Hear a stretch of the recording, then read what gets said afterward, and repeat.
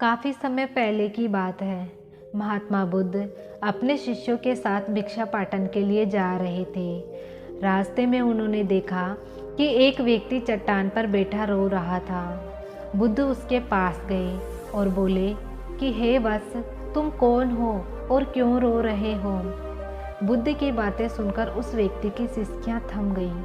वह अपने आंसू पोंछकर चुप हो गया। बुद्ध बोले कि आप मौन क्यों हो गए? अगर तुम अपनी समस्या बताओगे तो मैं तुम्हारी मदद कर सकता हूँ। व्यक्ति बोला, मैं पास के गांव का रहने वाला एक बदनसीब व्यापारी हूँ। मैं जो भी काम करता हूँ बिगड़ जाता है। व्यापार के चक्कर में मैंने अपनी पत्नी के गहने गंवा दिए। मैंने अपने परिवार को भी खो दिया। यहाँ तक कि मेरा घर भी गिरवी पड़ा है। मुझे लगता है मैं किसी काम का नहीं हूँ। मेरी किस्मत ही खराब है। उसकी बातें सुनकर बुद्ध बोले, तुमसे किसने कहा वत्स कि तुम्हारी किस्मत खराब है? जरा मैं भी तो जानूं तुम्हारी किस्मत में क्या खराबी है।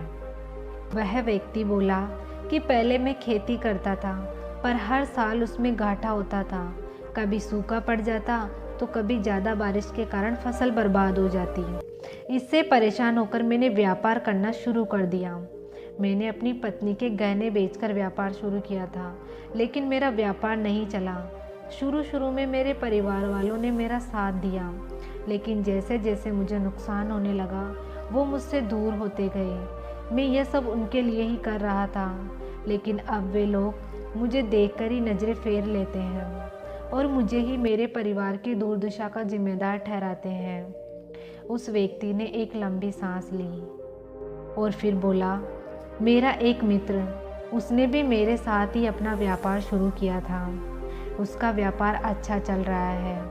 वह जब भी मेरे घर पर आता है अपनी सफलता की कहानियाँ सुनाता है। उसकी बातें सुन सुनकर मेरे घर वाले भी कहते हैं कि उसे देख और कुछ सीख। हमें तो लगता है कि तेरे बस में कुछ नहीं है, तू कुछ नहीं कर सकता। उन लोगों की बातें सुन सुनकर मैं टूट चुका हूँ। अब तो मुझे अपना जीवन ही व्यर्थ लगने लगा है।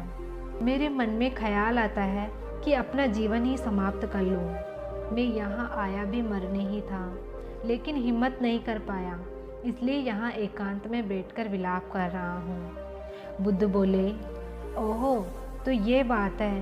वैसे क्या तुम इसके अलावा और भी कुछ कहना चाहते हो? बुद्ध की बात सुनकर व्यक्ति बोला, एक ओर मेरा हर काम बिगड़ जाता है और दूसरी ओर मेरा मित्र मुझे हर समय नीचा दिखाने का प्रयत्न करता है। मुझे समझ ही नहीं आता मैं क्या करूं। बुद्ध बोले, क्या तुम अपने मित्र की बातें सुनकर दुखी हो जाते हो? हाँ, मैं उसकी बातें सुनकर स्वयं दुखी हो जाता हूँ, उस व्यक्ति ने जवाब दिया। बुद्ध ने पूछा, तुम्हें किस बात का दुख होता है, अपने असफल होने का या फिर मित्र के सफल होने का? बुद्ध की बात सुनकर वह व्यक्ति एक पल के लिए सोच में पड़ जाता है और फिर बोलता है कि सच कहूँ तो मुझे अपने असफल होने का उतना दुख नहीं होता जितना कि मित्र के सफल होने का होता है। बुद्ध ने कहा कि अगर तुम्हारा मित्र असफल हो जाए तो क्या तुम्हें खुशी होगी? व्यक्ति बोला, हाँ, मुझे बहुत खुशी होगी। बुद्ध ने कहा कि मतलब तुम्हारी खुशी तुम्हारे मित्र पर निर्भर है। अगर वह चाहे तो तुम्हें खुश कर सकता है और अगर वह चाहे तो तुम्हें दुखी कर सकता है। तुम स्वयं से न तो खुश हो सकते हो और न दुखी हो सकते हो, अर्थात तुम अपने मित्र के गुलाम हो गए हो, इसलिए अब तुम्हारा कुछ नहीं हो सकता। बुद्ध की बातें सुनकर वह व्यक्ति रोने लगता है और कहता है कि आपकी बातें सुनकर मुझे आशा बंधी है, आप ऐसा मत बोलिए। यह कहकर वह व्यक्ति हाथ जोड़ देता है। बुद्ध बोले, जब हम किसी से आशा बांध लेते हैं तो उस पर ही निर्भर हो जाते हैं। ऐसे में हमारी खुशी और दुख भी उसी पर निर्भर करने लगते हैं। इससे बेहतर यह है कि तुम अपने आप से आशा बांधो। जब तुम ऐसा करोगे और पूरे जत्न से काम करोगे तो तुम्हें सफलता अवश्य ही प्राप्त होगी। बुद्ध एक पल के लिए उस व्यक्ति की तरफ देखते हैं और फिर अपनी बात आगे बढ़ाई कि क्या तुम्हें लगता है कि तुम्हारा मित्र तुम्हें दुखी करने आता है? पर अगर विचार करो तो वह बातें तो सच्ची ही कहता है। वह अपने संघर्ष और अनुभव की बातें तुम्हें बताता है। तुम उसकी बातों से कुछ सीख सकते हो। तुम उनके अनुभवों का लाभ उठाओ, नई शुरुआत करो, कर्म करते जाओ, हार मत मानो।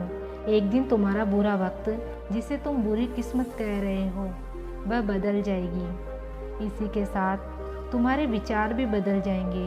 और देखना, जब तुम सफल हो जाओगे, तुम्हारे मित्र तुम्हें सफलता की कहानियाँ नहीं सुनाएंगे, बल्कि असफलता की बातें बताएंगे, ताकि तुम उनकी बातें सुनकर भ्रमित हो जाओ और गलत निर्णय ले सको।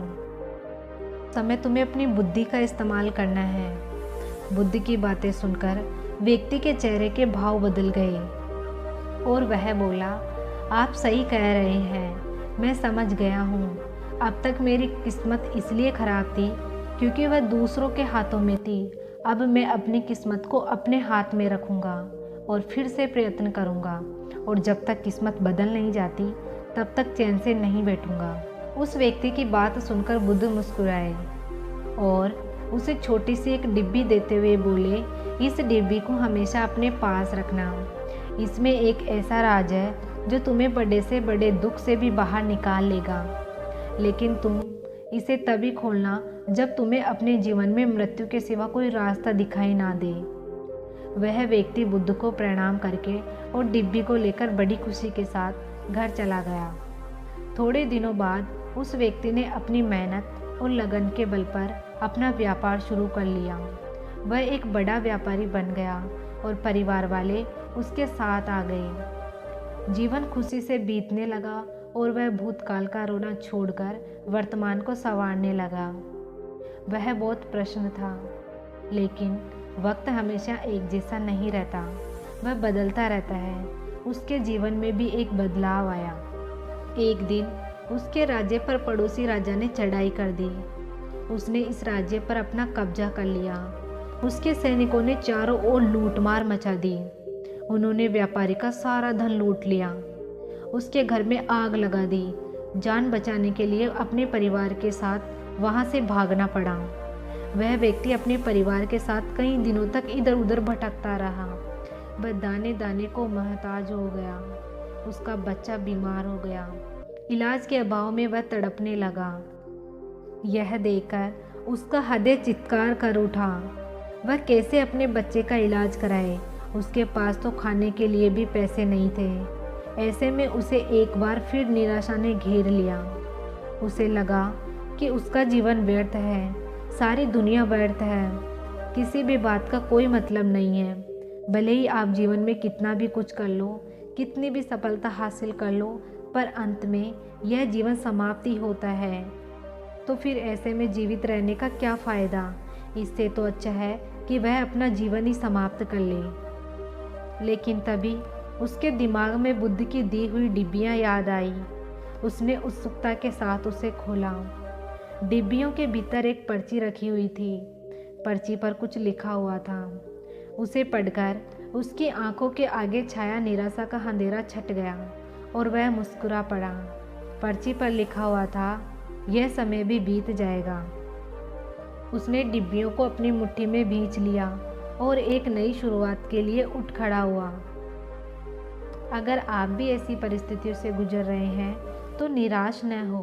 अपने अतीत पर शोक मत करें, नहीं भविष्य की चिंता करें। अपने वर्तमान को जिए और उसे बेहतर बनाने के लिए सच्चे मन से प्रयत्न करें।